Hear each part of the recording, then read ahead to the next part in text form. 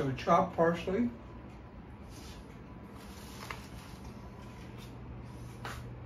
Sliced mushrooms.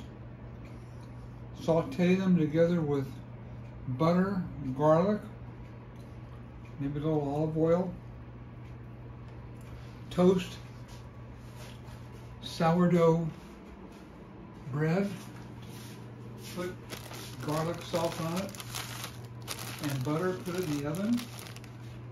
Serve the mushrooms, and well, you saute the mushrooms and you saute with the chopped parsley, and you put them on a piece of toast. So like 2 pieces of toast each. And we'll have that with a chicken breast. But we used to have it on Fridays during Lent because there was no meat. What's the name of the, is there a name for that? Mushroom bordelaise. Oh, that's mushroom bordelaise? That's what this is. Okay. Yeah. All right.